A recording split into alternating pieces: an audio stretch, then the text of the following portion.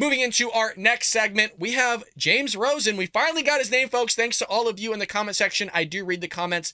I think he's with Newsmax now. Before, you guys were telling me he's part of Fox News before. I think he transitioned over to Newsmax. Raises phenomenal questions here to John Kirby about the national security leak that took place in April, and kind of blows the lid off Joe Biden's messaging and the Biden administration's messaging and all this. Wait till you hear it, folks. Hit that like and subscribe button if you haven't already. Let's go ahead and roll it. Thank you very much, Karine, as always. Admiral, thank you. I want to ask one question about Ukraine's strategy and one question about the series of national security leaks that were first detected in early April, if I may. On Ukraine, I wonder if you could explain a little more why it is that the United States urges Ukraine against the conduct of cross-border operations. Wouldn't it be the swiftest way to bring this war to a conclusion if Russia were made to feel even a fraction of the kind of pain that it has inflicted on Ukrainian territory? Phenomenal question. We asked this one, I think, a week or two ago. Somebody else in the room, it might have been Peter Ducey or Jackie Heinrich, asked this very same question.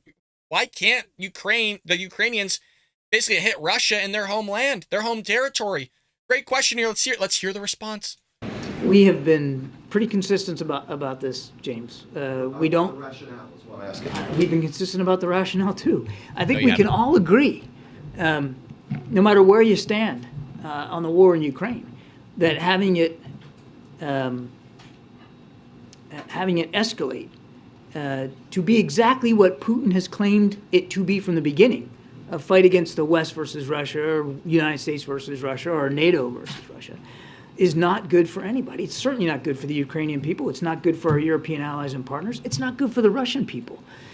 So we don't want to see this war escalate beyond the degree that it's escalated before, and that's been our justification since the very beginning. He is telling the truth that has been their justification since the beginning. But you guys, put yourself in the Ukrainian shoes. Say somebody like Mexico, Canada, don't matter who it was, invaded United States. And then you had basically our allies go, hey, you know what? You can only attack them domestically. You can't actually attack them on their home turf. That's insane. You guys were like, bomb the heck out of their country. Freaking level the place. It's non-existent anymore. Cease it to exist. You don't attack America. And we're supposed to sit there and be like, yeah, there's a good rationale for telling the Ukrainians, yeah, don't hit the Russians in Russia. Oh, don't do that. Oh, come on. I understand the logic he's saying here. But it's just, it's insane to me that you're not for literally another country that's being invaded by another country to protect itself by attacking the other country.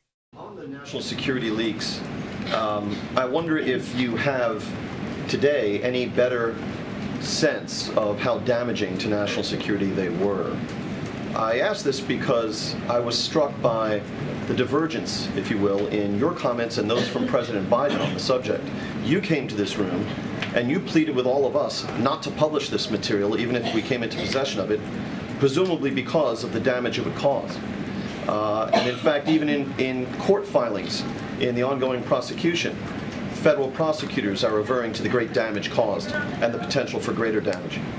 And yet we saw President Biden say that there was nothing of great consequence in these leaks. How could that be true? Both are true. First of all, when we made those comments, it was at the very beginning of these disclosures. We didn't know the full scope of what was out there. We didn't know what hadn't been made public yet. And the classification on a lot of this intelligence gave us proper pause for concern. And I still would make the same point I made before. We would urge you not to publish this material. We don't think that this material belongs in the public domain. That said, the more we have come to learn over time, and this is what the president was referring to, is that much of the information that's out there, and I say this with the caveat, James, that I still don't think we know for sure that there isn't more coming. But what we've seen thus far, now there's more documents? It's a snapshot in time, a very distinct period of time, 6-8 weeks worth. And certainly events and follow-on intelligence assessments have simply moved on from where those assessments were, or those ones that were published. The other thing I'd say is that many of them were based on unfinished intelligence. It's no different than, in many ways, the way you guys do your job. When you get a source that tells you something, you do the right thing and you follow it up and you check it with 2 or 3 other sources until you triangulate yourselves and get where you're comfortable with what you've got, right? Well, a lot of that information was based on early reporting that had not been corroborated. He's going to continue here, but there's more documents out there, and the United States government's not sure if there are or are not. I mean, that's so... From this Biden administration, you guys, in terms of John Kirby coming out on this podium time and time again saying, yeah, we actually just don't know.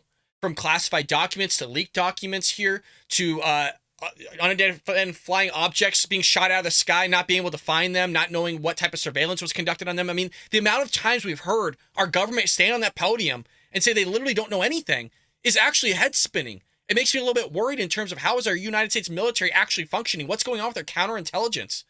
Like, maybe I'm missing something here, but that's often what he's saying. Oh, well, we don't know. Wow. Let's see if there's a follow-up.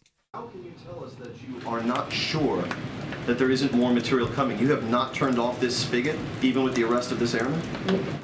What I can tell you is we can't say definitively that there couldn't be more documents out there, James. I wish we could have a different answer to your question, but that's the honest answer. Now, we haven't seen many more disclosures in recent weeks, so that's a positive, but it's not like we're going to go whistling past the graveyard and just say, okay, we're done. I mean, we're going to keep looking. Yeah, Diana. Astonishing. I mean, hell of a job by James Rosen. I mean, I'm telling you guys, he's climbing the ladder on our list here. So we got Peter Doocy, we got Jackie Heinrich, we got Philip Wegman, we got James Rosen. I mean, folks, the list is climbing here in terms of reporters, and they're doing their damn job and asking great questions on behalf of the American people here. Look, under the Trump administration, we hounded them. We still do hound them some way, shape, or form. We just saw what we did on yesterday's episode with the Washington Post as well, the New York Times. I mean, the New York Times literally said that Joe Biden was fit, sharp, and had a striking stamina. Yeah, give me a break. Give me a break. But that's the stuff. That's some of the messaging coming out from this White House and the administration. But let us know what you think about this in the comment section below. Do you think there's more documents out there similar to Joe Biden and the 5 sets of classified documents that were found just everywhere? Let us know in the comment section below. I hope you enjoyed that clip from the Bald Brad Show. If you did, make sure to hit that subscribe button so you can stay up to date on all our future content.